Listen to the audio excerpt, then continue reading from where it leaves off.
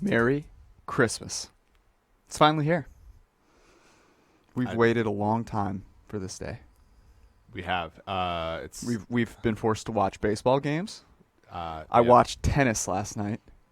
You Not also on purpose. you consumed an inordinate amount of Las Vegas Aces games. Yep. While coding in the middle of the night. That was taking a turn for the worse there to start off.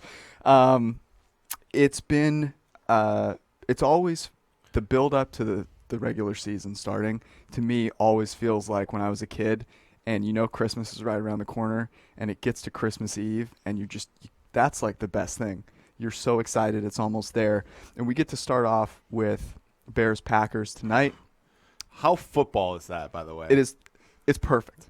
There's nothing better than starting off. It was chilly out this morning. That's what It was it was amazing, right? I'm pumped. Yeah. I'm really excited. You brought up the chilliness factor, and being on the West Coast for the majority of my life, you don't kind of get that first like little bit of crispness, but if you feel it, you know what's happening. And fall's coming. Growing up in the Midwest my whole life, right? So like it was very thick on week one. It was always like a little chillier. Mm-hmm. Last year was actually a warm fall in Cincinnati, so I didn't like feel it. That's what I attribute our picks in September being poor last year. That's what it was the lack of footballness in Cincinnati in the fall last year. All right, so we've got a quick Zeke and Goff conversation because obviously those things just happened in the past couple of days and bear talking about.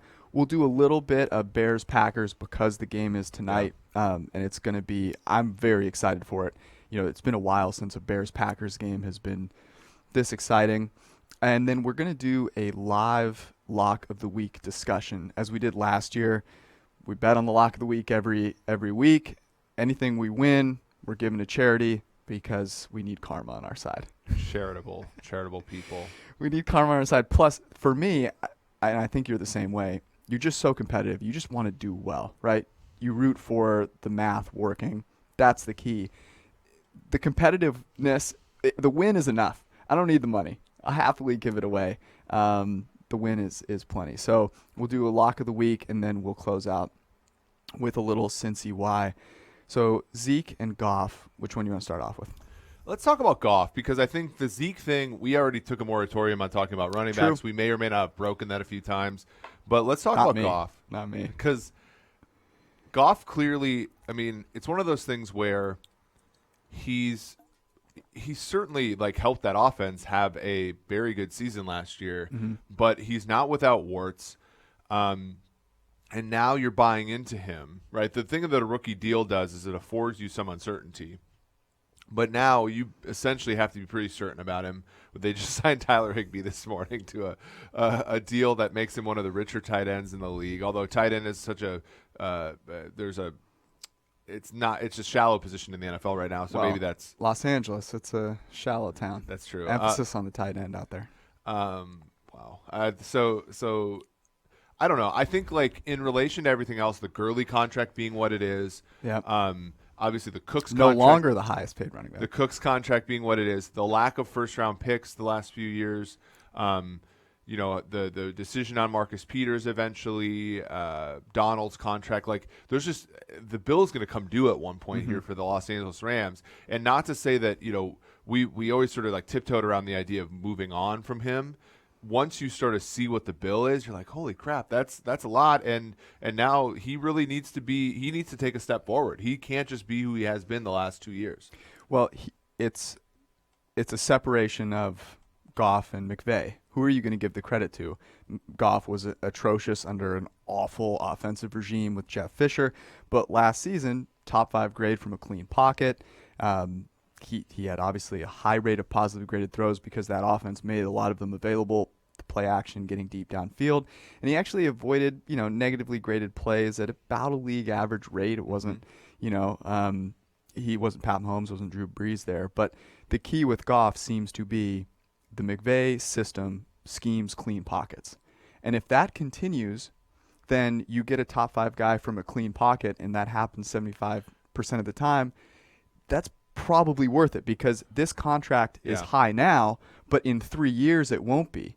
So I'm on the fence with whether I would actually want to keep Goff, but from an organizational standpoint, you have to do this at this point. Interesting. Because you bought into everything else. You certainly have. And they're in a tenuous spot. So they're not, the Rams are not who's a good example of this. They're not an established organization, right? Like the Eagles will always have fans that just like live and die, right? Sure. But in Los Angeles, they are fighting for relevance, and they are building a new stadium. And winning now has a higher return on investment than setting themselves up to, let's say, be most successful over like a 10-year run. If they don't capitalize in the next 4 to 5 years, it doesn't matter. Yeah. So I think it makes sense. My only pushback to that has been that in LA you need both, right? Sure. So because we've had, I mean, the Rams in the 70s were a perennial contender. They made a Super Bowl. They were even in the NFC Championship game all the way until 1989, and by 94 they were gone. Right? Like the Rams not only need to be very good, they need to be consistently good. And my only question is, does this give rise to consistently good? Now, the pushback to that is what we just saw this last couple weeks, is Andrew Luck retiring. Because if you see Andrew Luck, we didn't even expect Andrew Luck to be on that list of 8 quarterbacks that's gone. We thought it would be Rivers. We thought it'd be Roethlisberger. We thought it'd be Brady, Breeze, right? But if the league becomes more like it was historically, where the set of elite quarterbacks contains 4 players instead of 8 or 9 or 10, then there is space, I think, for teams to have a middling quarterback and be consistently good, as long as the rest of the stuff is good, right? Like in the NFL now, if you have a middling quarterback, and as we saw this with Minnesota last year, we saw it with a bunch of Atlanta. Atlanta's a better quarterback, but if you have a middling quarterback and the rest of your team regresses, you're buried, because you're just not competing with week for week with the Breezes, the Bradys, all that kind of stuff. In 5 years from now, there's a good chance that set of quarterbacks might be less, and in which case the Rams could compete even with Goff. The point you bring up about LA is very good. They need to grab that city and keep them as their fan base, because it's difficult to fill an NFL stadium for 8 weeks, let alone they need to fill it for 16 weeks if you count the Chargers in that same stadium, and that's going to be tough. And I think that goes into the calculus here. Well, if you're conditioning on, hey, Goff is our guy, we're going to sign him, you do it now, and so that's supposed later. And the same argument falls for Wentz in Philly. Interesting thing about Goff. So we know that passer rating, we know that grade, all that kind of stuff under pressure is unstable. Mm-hmm. Goff is 3 seasons running as one of the worst quarterbacks in the NFL under pressure. And the thing that scares me a little bit is that he's invited pressure at a higher rate. It continues to increase in terms of the sacks. He was charged himself with 10 sacks last year. Mm-hmm. So that's something where I'm a little bit nervous in terms of his evolution as a passer, in terms of the type of nature he has in the pocket. Is he going to be, as he gets older, is he going to become more of a Brady or a Breeze, Roethlisberger, that is untouched because of his own nature? So far, I think that's a slim chance, but if he can improve, that would be a place to do it. Yeah, I mean, Roethlisberger, guy that just doesn't take sacks, which often gets kind of swept under the rug. I mean, his time to throw consistently over the past 2 years has been above the league average. A lot of that is those longer developing play action, that scheme that McVay runs. To me, last season was miscalibrated by most, mischaracterized by most. That Todd Gurley was the reason everything fell apart, right? He got injured. All of a sudden, teams just didn't care about the run game, and play action faded. But the real key, I think, was Cooper Kupp going down. Cooper Kupp gave Jared Goff a sense of security because of how he plays the wide receiver position. You hear about this with Edelman a lot. Edelman was a quarterback, runs routes with a quarterback's mindset, and the quarterback loves that. And Cooper Kupp is the same way, and provides Goff this feeling of confidence that, honestly, the Jeff Fisher regime probably eroded to the point where it didn't really exist. With Kupp on the field, they were the number 1 passing offense in terms of yards per play. Without him on the field, it fell by about 4 yards to what would have been worse than the Raiders, about 5.2 yards per pass play. Kupp is the key, and if he can remain healthy, I think that gives Goff maybe the confidence he needs to start working on on being better in the pocket. But I would legitimately be concerned. I mean, if you just can't be such an abysmal quarterback under pressure, because eventually you're going to have to make a play. Well, it just seems like that offense, and as good as it is, right, that offense requires so many things. It's why I don't think that offense will work anywhere else, frankly, because like when I look at Green Bay, I look at Tennessee last season, I look at San Francisco's a little bit different, but again, you have a genius running that offense. There's so many moving parts that need to be the plates that need to be spun in at the right calibrations, and like McVay is so good that he's able to do that for 10 plus games, but the moment that somebody went down, you move Josh Reynolds onto the outside, Robert Woods plays the slot, like it flipped the thing over. Like if I'm McVay, I wonder this offseason, how do I make that offense more stable with respect to perturbations? Because what it was is last year very good but very unstable with respect to perturbations. If they make it more, less dependent on specific players doing specific things, they'll probably be fine. If it's more tailored to that, we might see that, because there's no guarantee that any of these players don't get hurt again, right? I mean, and that's the hard part. Correct. All right, Zeke, now the highest paid running back in the NFL, eclipses Todd Gurley. Were you surprised? No, I frankly, I'm surprised that Dallas held out so long, and sort of proud, frankly. So you're counting it.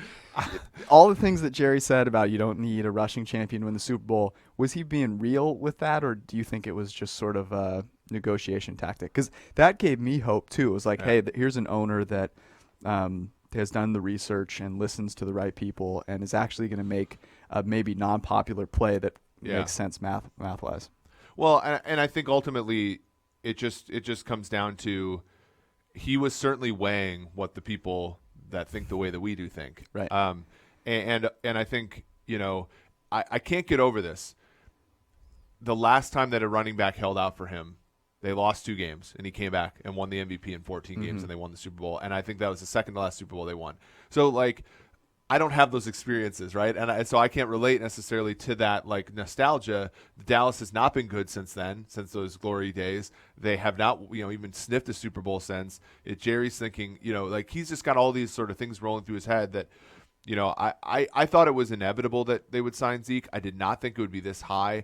And so a lot of the I was a little disappointed, but ultimately I was somewhat proud that they just didn't, like, hand them the contract right away. I thought that it was good that we had this discussion for as long as we did. It would be very interesting to see how that contract matures, especially after they presumably sign Dak Prescott. Well, so what are they going to do? Because honestly, if you look at them, they have done everything the reverse order that we would do it, right? Because if you look at that, because they still haven't signed Byron Jones. They haven't signed Byron Jones. They haven't signed Amari Cooper. They haven't signed the quarterback, right? Like, you would rather them sign up Dak for a lot of the same reasons that the Rams, we were okay with the Rams signing Goff before any of this, but they signed linebacker, right tackle, running back. And Lawrence. And defensive end, that's not egregious, but his contract was huge. Humongous. So I'm very bearish on the Cowboys this year. Not necessarily because of Zeke. Zeke was putting us in this weird position of, like, Dallas really us being bearish on Dallas, but sort of kind of wanting to see Dallas do well with Tony Pollard too, and like now we're not conflicted that way. Well, you get a lot of misinformation if you go on Twitter, shockingly, about the Zeke Elliott thing. It's very easy to conflate the bad play that Dak experienced when Tyron Smith went out, which happened to coincide with when Zeke was not playing as well, and so you can skew the numbers pretty easily to make it seem like, wow, Zeke's off the field and Dak just, is a total failure. And what's really interesting is if you control for Tyron Smith being out, the yards per play, the success of the offense doesn't change. What is interesting is that they run play action like 10% less often. With Zeke. Without Zeke. Without Zeke, okay. And we're way worse. Yet somehow, so a situation that most teams use to, like, bolster their offensive production, they were way worse in without Zeke. Yet somehow overall as an offense, we're the same. And to me, that's a self-fulfilling prophecy. It's like, hey, without our star back there, we can't use play action as much. And if we do, God help us, we're we're in It trouble. also shows you how random play action plays are, Yeah. right? Because they're just higher. The throws are more down the field. The variance is higher. The chance that just by pure randomness alone, you're going to get a lower yards per play in play action is higher than like a traditional drop back pass. But that is interesting. It was funny that every single.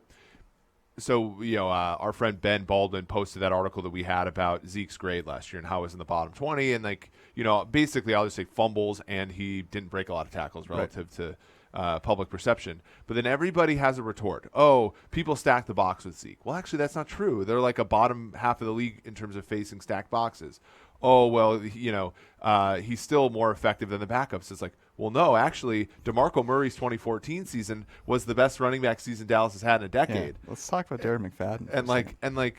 And so it's like every retort about Zeke, it can be rebuffed, right? And it's so to me, it's like, okay, well, like, what does Zeke have to do? Like, that's a good question. What does Zeke have to do for us to be convinced that this is real? Like that Zeke has a real tangible effect over replacement at the running back position. What does he have to do? Probably catch 100 passes down the field. Yeah, like not 8 out of 4. Yeah. And Dallas be good despite Zeke. I mean, there's a lot of things that to me it's hard because like we've literally spun every yarn about Zeke, and now we just like I'm at a loss really. I was watching SportsCenter last night, and they did a bit on why Zeke is so important to the offense. And I always think the way that people kind of massage numbers to make it seem important was interesting, and they cited a couple of interesting ones.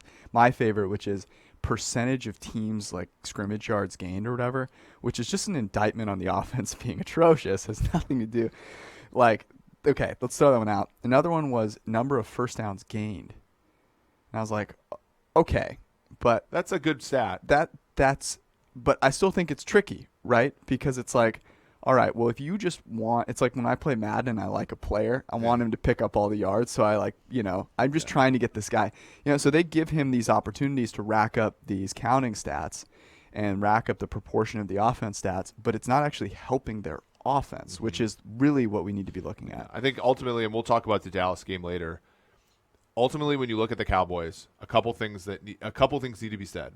Their offense wasn't particularly good last year. Nope. And after Amari Cooper joined the team, they went something like 8-2, but had a negative point differential. So we're basing a lot of our opinions about the Dallas Cowboys based upon the fact they finished 10-6 last year, and Zeke led the league in rushing, and that's not really the reality. I've got two interesting things for you. They don't make the Amari Cooper trade, continue to go bad. Do they leverage everything for Kyler Murray and sign Lincoln Riley to some astronomical contract? Just throwing that out there. There's the potential that was the worst thing to ever happen to the Cowboys. The second thing was what the Eagles did, which was maybe they didn't even offer it. Maybe they just floated it out there, but apparently they offered Jordan Howard and like a mid-round pick bag swap. of baseballs. Hey, look, I got halfway through the sparkling water. It's room temperature, and it's flat. You want it? All right, we'll take Melvin Gordon in exchange. And the irony of offering literally pennies for a running back that was better than Zeke last year, the day that Zeke gets made the highest paid running back in the NFL, and ironically does not change the scope of the NFC East in the slightest, right? The Eagles still, in our opinion, and after our simulations, clearly the favorite. There's no change there. Make this sort of troll move, which I think is hilarious. All right, let's talk a little bit about Bears-Packers. Okay. I want to keep this kind of quick because there is a video you can go check out where we started to jump into the betting number for both the spread and the total. Actually, they're both kind of interesting. But this is a very interesting game on both sides of the offense. The first is the Bears with Trubisky and Nagy. We see this for round 2. Round 1 was good from a results standpoint, but from a process standpoint for Trubisky, bottom 5 in the NFL in negatively graded plays and uncatchable throw rate, things that are generally stable. Mm-hmm. And then on the other side of things, it's Aaron Rodgers, who most people think is a god, but last season sets the record for combined sacks and throwaways. Yeah, and I think, that article that came out about McCarthy and the Packers and everything, painted McCarthy with a bad brush, but frankly, it made Aaron Rodgers look pretty bad too. Right. Sort of this person that can't be worked with. And so I think that, and honestly, my number one question about this NFL season is, was Aaron Rodgers the catalyst for that dysfunction or a recipient? And it starts tonight against a very good Bears defense, despite the fact they lost defensive coordinator and 2 members of their starting secondary. I still think they'll be a solid group. Packers, not as good of an offensive line as they've had historically. They had one of the best in the league a few years ago, especially in pass blocking.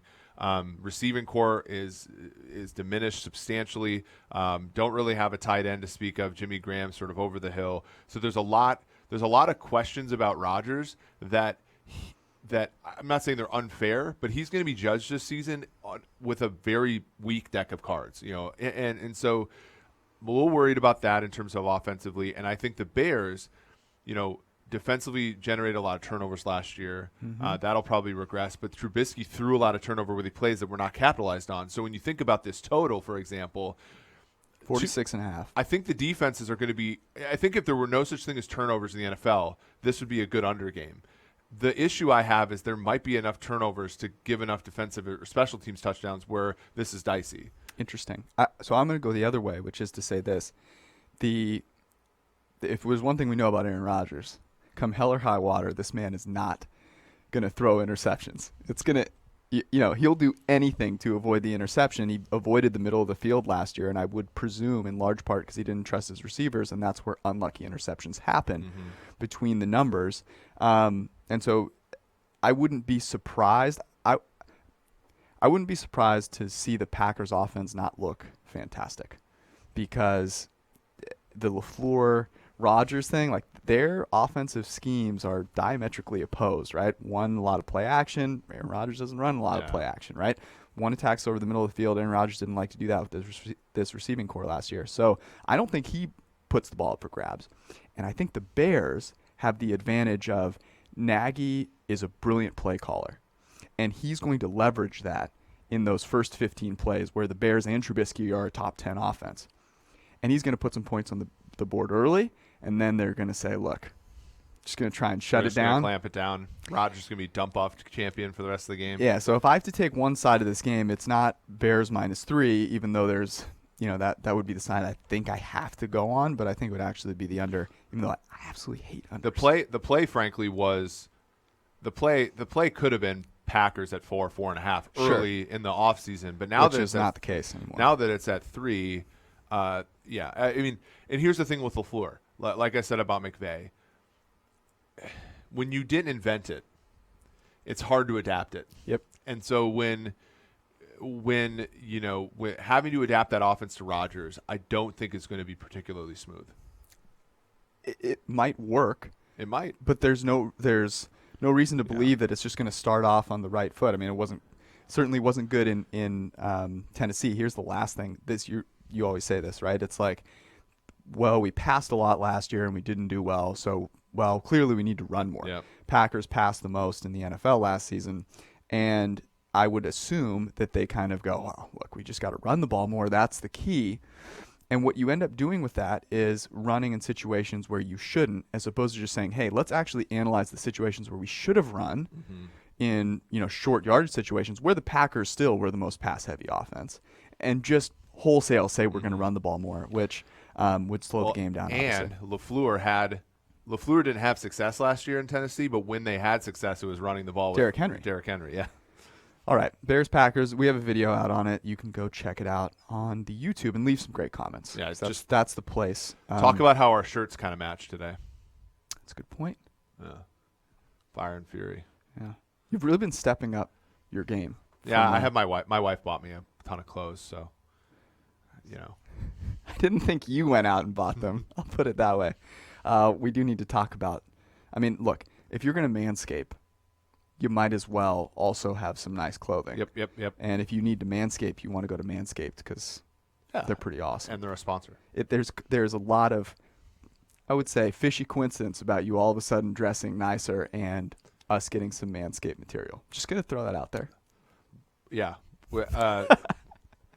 You weren't ready for that one. It's okay. Manscaped, check it out. All right, we're going to do the lock of the week here in a second. Before we do, I want to remind you guys, college has already started. and if you can grit through the college football Saturday, I really can't. It's not something that I can put myself through. You do a much better job of it than I do. But if you're going to, you probably want to check out College Green Line. With an Elite subscription, you get it every single FBS game.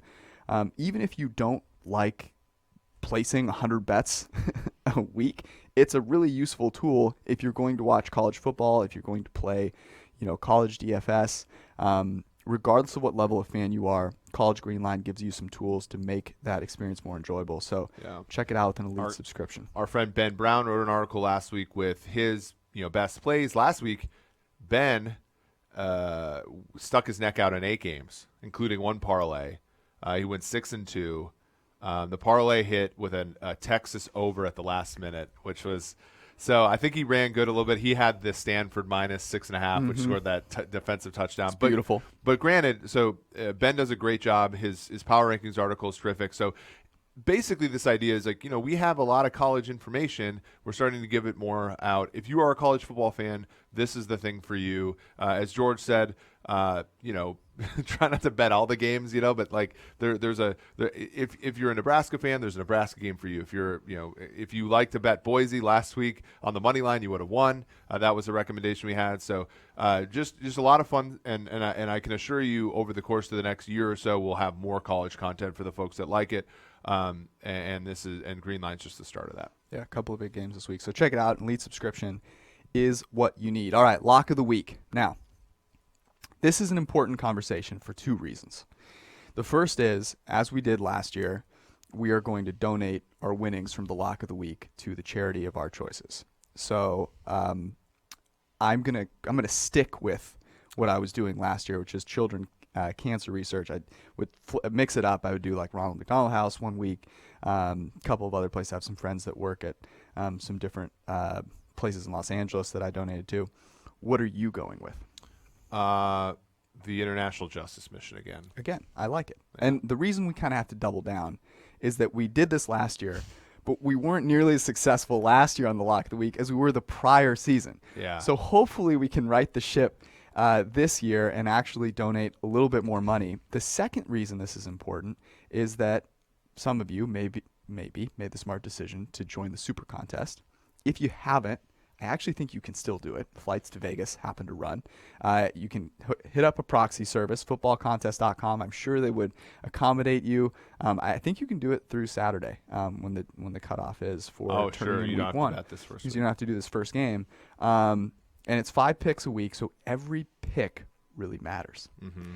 So our lock of the week usually ends up, unless the line is like way different in the Super Contest, in this. So this is important. Yeah. So we're 25-19-1 last 2 years, below 500 last year. Which one stings the most?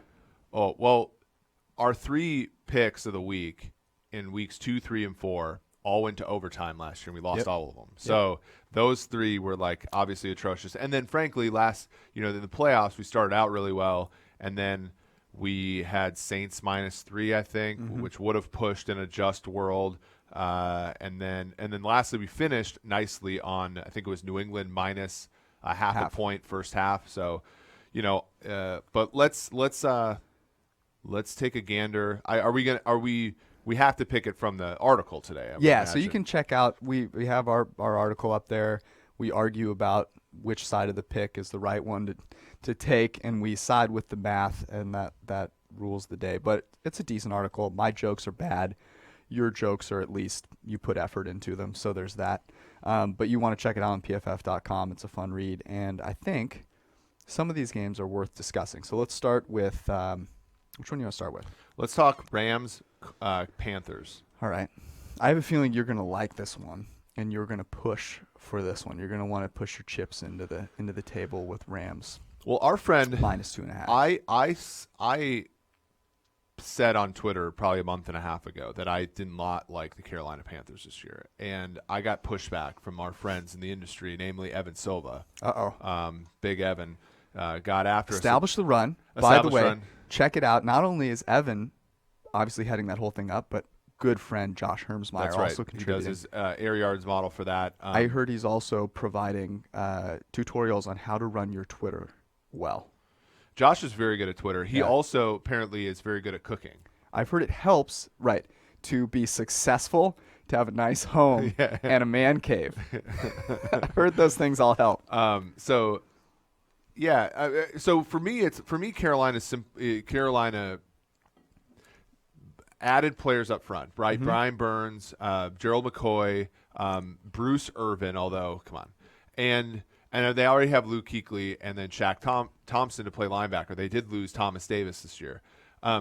Their secondary, though, aside from acquiring Trey Boston, they are basically hoping and praying that guys like Ross Cockrell work out at nickel, or guys like Bradbury at corner. Dante Jackson, we liked him coming out, but again, like you're just if that's your hope like, and prayer, right? Hope and prayer.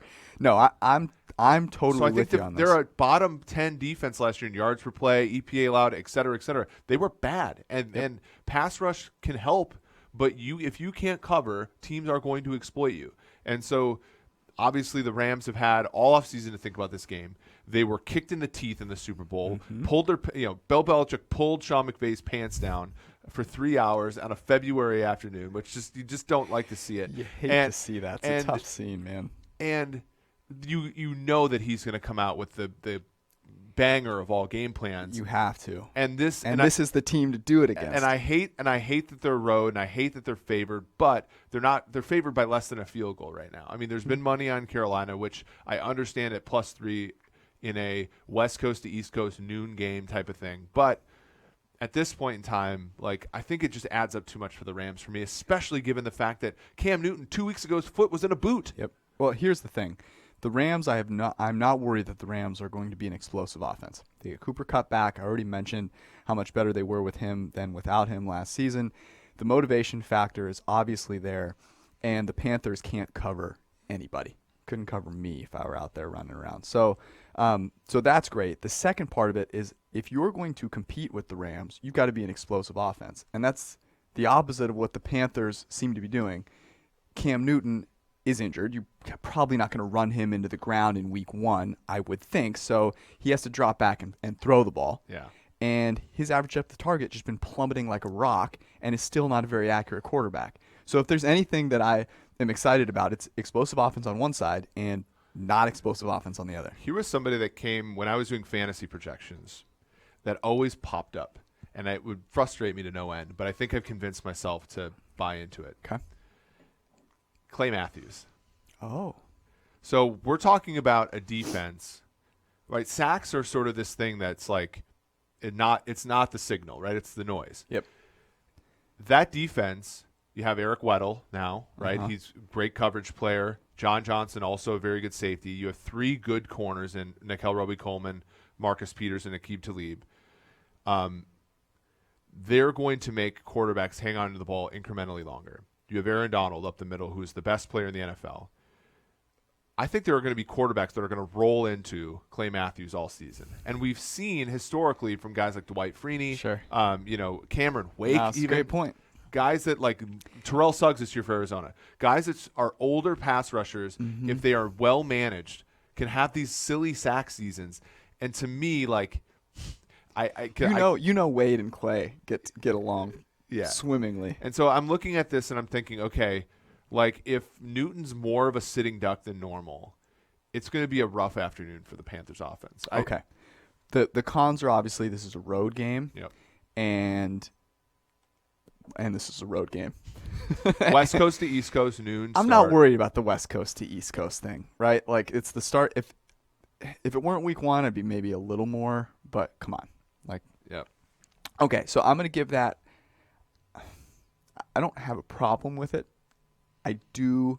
It is tough to go road favorite. Next up, Bengals Seahawks. The play here would be the over. Yep. Now, it was 44 when we printed the article. Has it moved up to 44 Well, it started at 43. It got all the way to 44. Now it's 44 and a half where I see. So we sort of got it in the middle of that steam. And it's I think it's still a good play. And for a lot of the reasons we said in the article, which is, Seattle's defense last season got by on turnovers. Mm-hmm. They lost, key players in Earl Thomas, Justin Coleman. Frank Clark. They do get Clowney back, but the thing about Clowney is a great all-around defensive end. The problem with that is the run defense aspect of it doesn't matter that much, right? So that fact that I still think he's a downgrade as a pass rusher from Frank Clark. And then Cincinnati's defense was a bottom unit last season. Not great. A lot due to injuries, but also, frankly, due to the fact that, talent-wise in the secondary, they're just simply not there. It took them until, like, August 31st to sign a defensive coordinator. So clearly, like, they're not, So I just think both defenses are right for this. The reason this number is in the below 45 and not above 45 is both offenses have question marks, right? Seattle at receiver, A.J. Green being out. But I think both of these quarterbacks are good enough to make it into a close kind of, I wouldn't say shootout, but something, akin to that. Okay. The downside is obviously that both teams run the ball 45 times, and it's 14-10 with 2 minutes to go. Do you like – here's the thing that I struggle with is having a lock of the week that is a total versus a spread where you sort of have more life. Well, and you're alive longer. We run into this last year. The thing about totals and why we, it's often a struggle, and even in college football last week, we were like 80% against the spread and like the reverse on totals, is that football is a non-stationary game. So we don't know, like, are they going to continue to call holding penalties at the rate that they did in the preseason? Are they going to call pass interference penalties in the rate? So if the answer is no, yes, then I like overs. If it's yes, no, I hate overs. Sure. And we just don't know about that, which is why, we do a fair amount of regressing these things to the market number, because there's simply just not that the information space is just difficult because, whereas winning football games is pretty stationary. How you win it in terms of totals is not. You want to be. It's much easier to root for something where the teams are motivated to actually do that as well to a certain extent than for something where they're less motivated to align. Where so that's obviously winning. There's more alignment there than actually trying to score points. Unfortunately for a lot of teams. Do you like this more than Rams -2.5? No. Okay, so this one's being wiped off the board here. Falcons, Vikings. Now, the super contest number is Falcons +4, unless I have like that's what we ended up mental printing. lapse. So we can stick with +4. I think it has moved down to 3.5 here. The Falcons are a team that has just been a bugaboo for us because they have all of the pieces, and somehow the sum of their parts manages to underperform what you would expect from that group of players. But Matt Ryan, a top 5 quarterback, Julio Jones, a top 5 wide receiver over the past 3 seasons. You get Deion Jones back, who is maybe, aside from Bobby Wagner, the best coverage linebacker in the NFL. You get rid of Robert Alford, who belongs in the Carolina secondary after that performance last season, allowing the most yards into his coverage of any cornerback. And it's just, there's a ton of motivation here for the Falcons to get it together. I think Dan Quinn is probably aligning himself more in what he's best fit to do, which is running the defense. If there's some regression to the mean in terms of going for it in short yardage situations, all those things can help the Falcons like itty-bitty pieces, which is really all they need because they have all the talent. Getting more than a field goal against your boy Kurt. Well, here's the thing. Falcons last year were 5th in yards per play. Yep. Their offensive coordinator is Dirk Cutter, who I know that Todd Monken called some of those plays, but Tampa Bay last season was 4th in yards per play. And they have been good in terms of efficiently running offense for years, as much as Winston turns the ball over. That's not Ryan, right? Right. So you add those two things together. I think the Falcons' offense is going to move the ball between the 20s. And then the question is, can they score in the red zone, which we both know is noise, right? So if they regress that at all towards the mean, they're probably going to be solid offensively. Defensively, I mean, I look at their defense and I think, okay, Deion Jones is the best linebacker in this game. Keanu Neal, Ricardo Allen are great safeties. Neither played after week 4 last year. And you look at their corners, Trufant's a good player. Oliver's a good player who's coming into his own. And DeMonte KZ, I know he's moving from the safety position to the slot, but he's got to be better than Brian Poole. And played well there in college. Exactly. And then Grady Jarrett's the best defensive lineman in this game. I don't care what the Vikings fans say. He's the best defensive lineman in this game. So I just think the Falcons match up better, and famous last words. But I think the Falcons are just simply the better team here. They're getting points, and as you said, on the other side is Kirk Cousins, which Well, I'm also worried about Stephon Diggs. hamstring injury. But always a soft tissue injury guy, by the way. Here's the thing that I continue to come back to. We talk about this all the time. Decidedly better quarterback, decidedly better offense, getting points indoors. So I would say that despite everything telling me no, my body is telling me yes. And this one I think I like a little bit more than Rams because I like getting points. Yeah, it's always fun.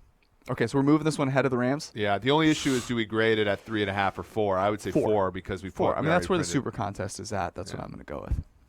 All right, Cowboys, Giants.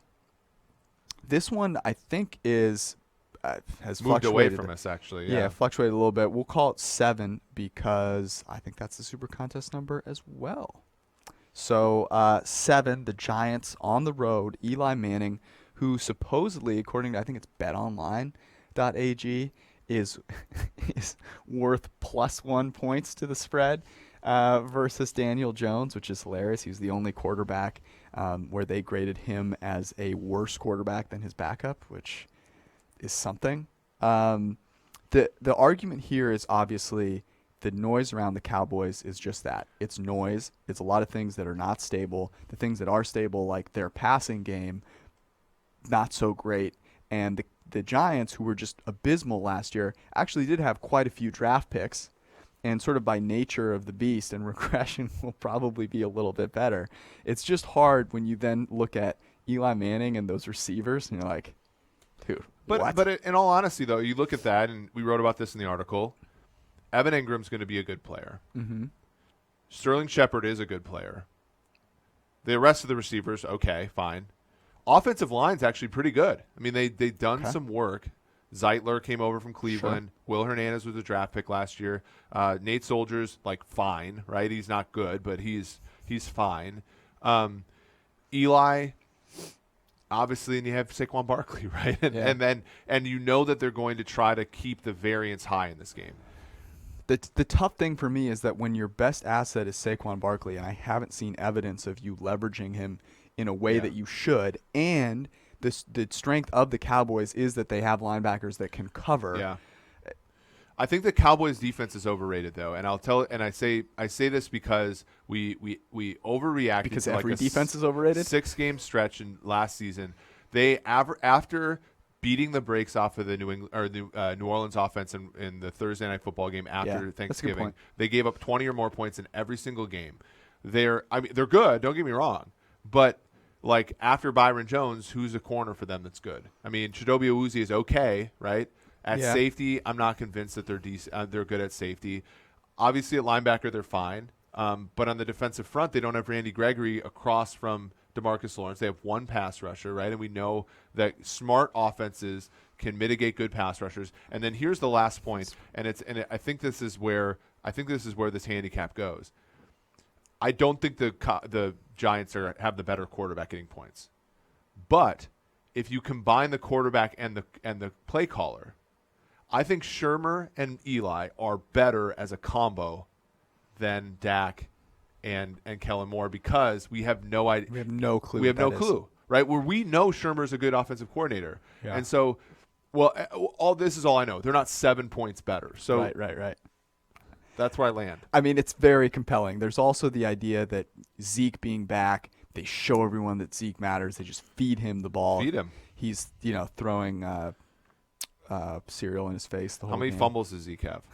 Did you see the picture that someone tweeted out? It was Zeke at 5th grade took a selfie of himself. Malnourished kind of looking? Yeah, it was really not a good look. I was like, wow, Cabo. It's rough. I mean, I know Cabo can be rough on people, but I saw the videos of him working out in Cabo, by the way. Tremendous. I would have made him the top paid running back after seeing him. Are you willing to say that the lock of the week in week 1? No, come on. It's a good pick. It's a good collection. It's a good part of a collection, but I'm not. I mean, God.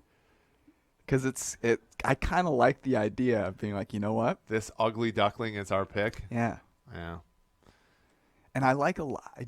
As much as there are some moves that the Giants have made that are questionable, they had a bevy of picks this year.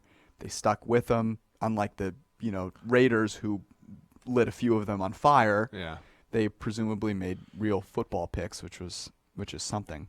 Okay, so we still have Falcons in the lead. I think so.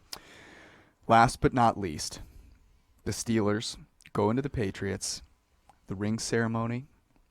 Gronk's going to be there. Yeah.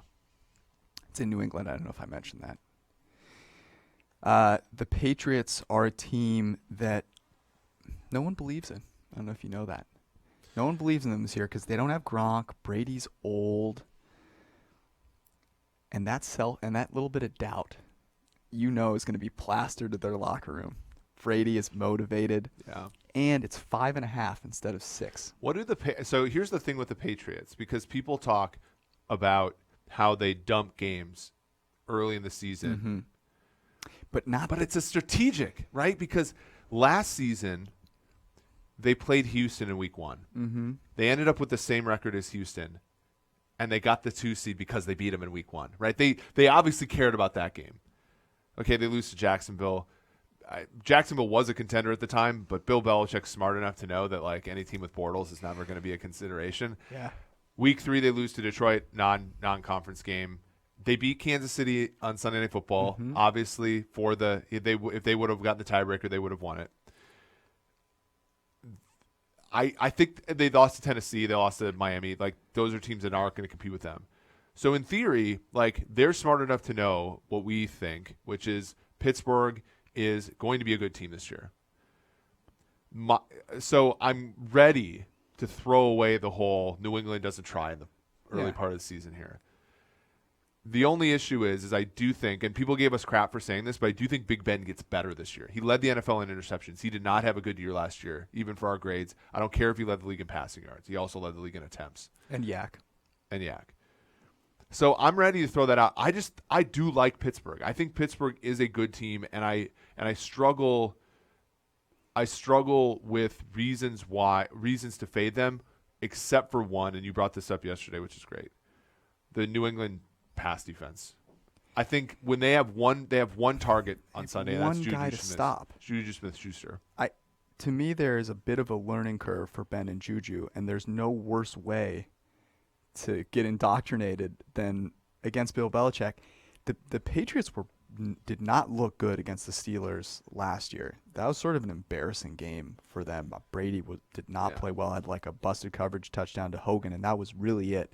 The motivation to me is very strong for the Patriots here, and very important. I would be shocked if the Patriots were not wiser than the common man and saw that the Steelers are a legit contender and will probably only get better as the season goes on, right? I think you can be bullish on the Steelers. I will be bullish on the Steelers regardless of the pick in this game for the entire season. I actually think, after they lose this game by 14, that's when they'll be juicy on the market. That's when you double down, right? Especially after that impressive Browns win against the Tennessee Titans. And there's another component to this Patriots defense, which is they lost Trey Flowers. I think their pass rush got better. Yeah. They get Michael Bennett, who's going to give you, 85% of Trey Flowers, and then you get Chase Vinovich, who, for all the past preseason does not matter, was the highest graded guy in the preseason. And Jamie Collins, who played edge for Cleveland, is going to be a blitzing nightmare for that defense. Bill Belichick schemed up more off-ball linebacker pressures than any other defensive coordinator last year. Hightower and Van Noy had 27 in the postseason combined alone. So the tough thing here is the Steelers and Big Ben are just they're never gonna give up. Yeah, they're just gonna keep if they're down 21, right? They're just going to keep chucking it up there. They're going to give it, they are a proud team. And that's the tricky thing with backing. That's the tricky thing with backing a team by more than a field goal. We saw this when they played the Chiefs, right? They got up by 17, and the other team's going to come back on them. And even though the Patriots win, you don't get the cover because there's tons of space between 0 and 5.5, right? So that's really where I'm concerned. And for the very same reason I like the Falcons game more than I like this is because you have all those key numbers on your way to covering. In the Patriots, you surrender 3 and 4. You do get 6 and 7, but I'm just not sure. I'm torn. I'm real torn for that exact same reason because it's hard for me, as much as the Falcons are near and dear to my heart. There are some things that they need to change a little bit systemically for them, I think, to be all they can be. For the Patriots, I don't feel that way, right? I'm very confident in their process and what they're going to do. Very confident that Bill Belichick is a better coach than Mike Tomlin, for example. And I really think Mike Tomlin does some things very well, but just that's. I do think the Steelers are a slow starting team as well. I mean, last season they with Tyrod. Yeah, and we backed them that game too. That was part of our great September where you have 14-point lead in the fourth with 4 minutes left. Throw it away as quickly as you can. Yeah. All right, so your vote is for the Falcons. Yeah. Wow. Oh man. Oh. It's rough. This is the content that people tune in live for. Yeah. Including family members. Apparently. Shout out to my mom and sister who are watching. Yeah. Good thing I didn't, cuss. It's a good thing we're live because, Yeah, true. All right. I'm willing to ride with you into this dark night. Falcons. +4. Hey. Week 1 lock of the week. Do it for us, PFF Falcons. Oh my God. I'm already sweating. This is terrible. Oh my God. The other benefit of the Patriots is that it doesn't happen until the end of the night. Right. So like they somehow don't cover, and then all of a sudden you're like, well, I'm so tired. At least I'm gonna go to bed now. Right. The Falcons are gonna, give up some weird Kirk Cousins end of game 80-yard scramble. Right. At the end of the game to lose it. All right, we're going with the Falcons +4 in Minnesota. It's the week 1 lock of the week. Hopefully we'll be making some donations. What are you doing? We did 50, I think. 100 collectively, yeah. 100 collectively. So hopefully we'll be making some donations this week. If you want to get involved with us, I recommend it. I mean, gambling is fun, in my opinion, because it's like a competition. It's like a sport, right? So you might as well do some good at the same time, because I doubt that you're making some huge killing off of it, unless you're a pro, in which case, more power to you. Let's close out with this. Cincy Y. Yeah, I think the only thing notable about the Cincy Y this week is the fact that you absolutely obliterated me yesterday in basketball. And in fact, and the funny thing is like, I think I played well. I just didn't play good enough. Like I had like an 8-0 lead on you, and I don't think I scored again. You were up in game 1, 8-1, and I'm resilient. You are resilient, if nothing else, and super competitive. And I, like I said, I'm a week and a half away from where I want to be physically. So I get You've been tired. saying this for a while. I get tired in the second and third game. So to your credit, the first time that we played 1-on-1, which was many months ago, was sort of a disaster. You've really picked it up to the point where it's a legitimate contest now. I think we still need to get to the point where. So Phil Jackson, in one of his books, talked about how he and I think it was Bill Bradley played like 1-on-1, but they played full court. That's where we got to get to. We're playing full court. My one story for this week is, if you guys do not know about Bruce Gradkowski, you might want to check out Twitter, because Bruce fired some shots. Bruce came in here, he rolled up the sleeves in that seat that you're sitting right there, and really flexed. Came out strong. he did. I feel like it's a personal attack. Against you? Yeah, I feel like that was a personal. This is my house. You're not going to come into my house and flex on me like that. That's true. I, of course. And yet I wore sleeves for this podcast. I know. Well, we can't turn into bro football focus in one day. I was just trying to tee you up for that. So yeah, maybe you two should play 1-on-1 basketball, because Bruce is good as Bruce is a professional athlete. Look, I'm just trying. Yeah, I'm just trying to make it through the day here. Same. And he's coming in and flexing on me in my turf. It's rough. I will say that Bruce has a pretty nice pull-up three. He does. And the thing about Bruce is that he has no fear. He will take every shot. Why would you? He has to, especially when you're playing with us. But I need to figure out. We need to put our heads together and think about a way, in a non-douchey way, that I can fire back. Because my one thought was, all right, well, just do the. You podcast. rolled up your sleeves. I'm just gonna go shirtless for this podcast. I don't think that would have gone over well. No. Especially with my family apparently watching. That would have been a bad look for me. Although, did you see, is it Joe Thomas and Andrew Hawkins? Mm-hmm. They had some, like, flexing picture for their pod. I wonder if their numbers went up from that. What do you think? Probably not.